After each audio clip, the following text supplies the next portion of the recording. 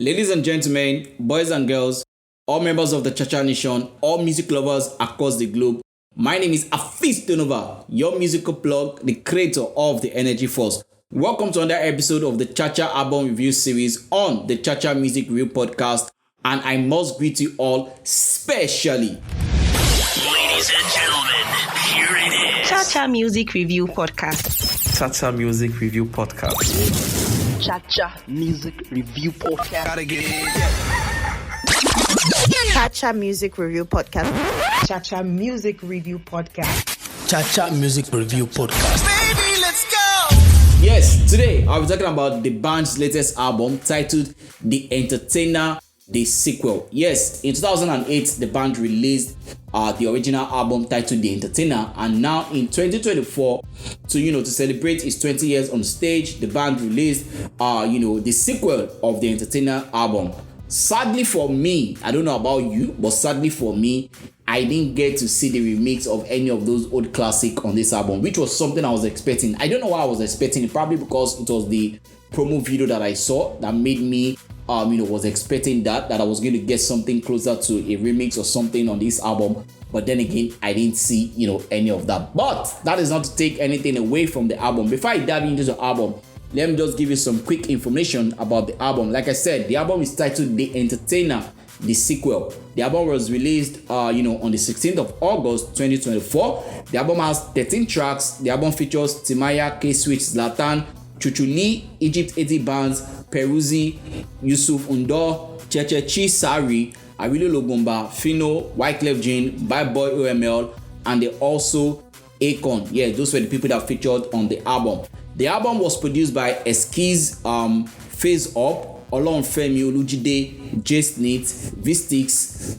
Beatz, where you had, that's my guy, Cheekychizzy, and Victor Rock Ibeh. Those are the people that produced the album.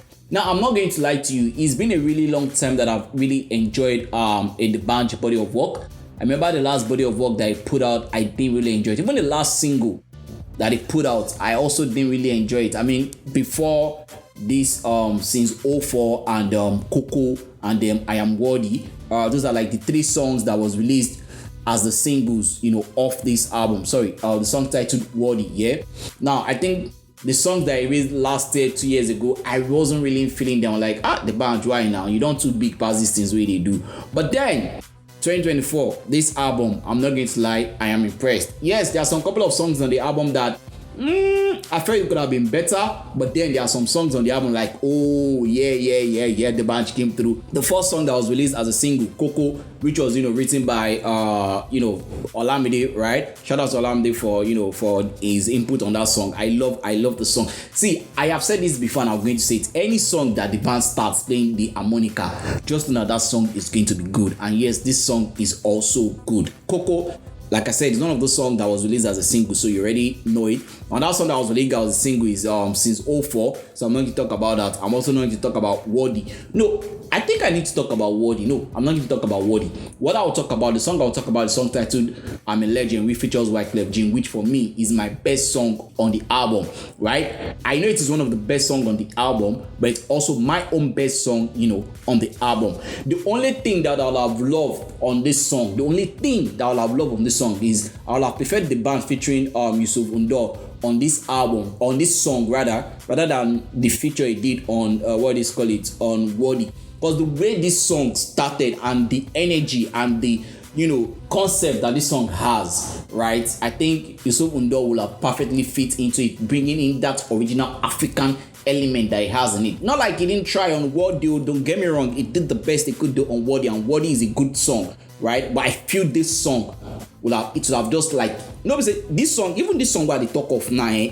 the song now die, right? But adding the legend to this song would have just made it more worthy. And shout out to Wyclef. That line where you said RIP to my cousin's house on time, like, yo, that line, I had to pause for some seconds, like, that got me my feeling, like, that brought some emotional feelings into me. I had to just pause. And you're a real G, man, Wyclef. You're a real G for putting that line there in that song, making us, remembering the Ninja himself. Shout out. Like I said, this is one of the best songs on the album, and definitely my own best song on the album. And that song that I like on the album is that song titled I'm a Picky Blinders. Picky Blinders. Yes, shout out to Sean's Beat where you had for the production of that song. I love that song. I'm not even going to lie. It's one of the best songs also on the album. And that song that I like on the album is the song titled Kala, which features Awilo Longomba.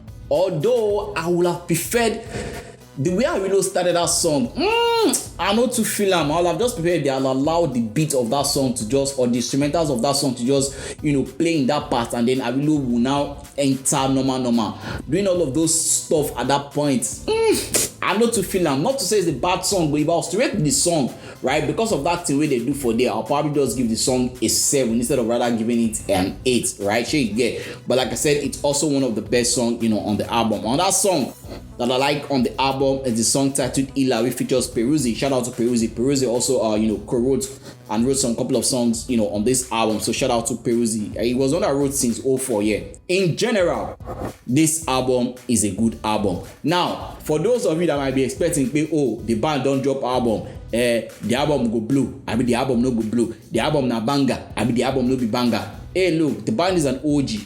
At this point, the band is not making music to impress anybody or to woo any fan right there. He's just making music to make himself happy and also, to just keep we, the OG fans, entertained. And I'm not going to lie to you.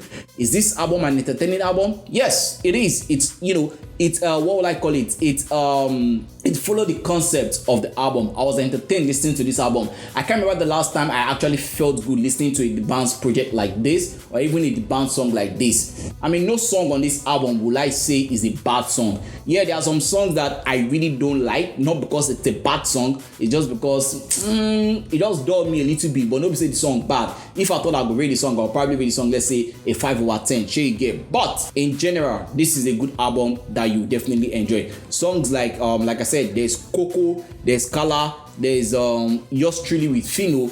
Even though I didn't really feel what Phyno was doing on that song, I felt like his verse was very, very short and probably could have done longer. But yes, it's a good song. There's also Picky Blinders, there's Worthy, there's I'm a Legend, there's Serious. There's also Ila. And then there's Taya, which features Kayswitch, Timaya, Bhadboi, Zlatan, and there's also Coco the remix, which features Akon. In as much as I don't need to say that song actually need a remix, but if they can't do the remix, I for prefer say they put Olujide on that song, because now Olujide ain't write that song, and it did very, very, I'll go put on now.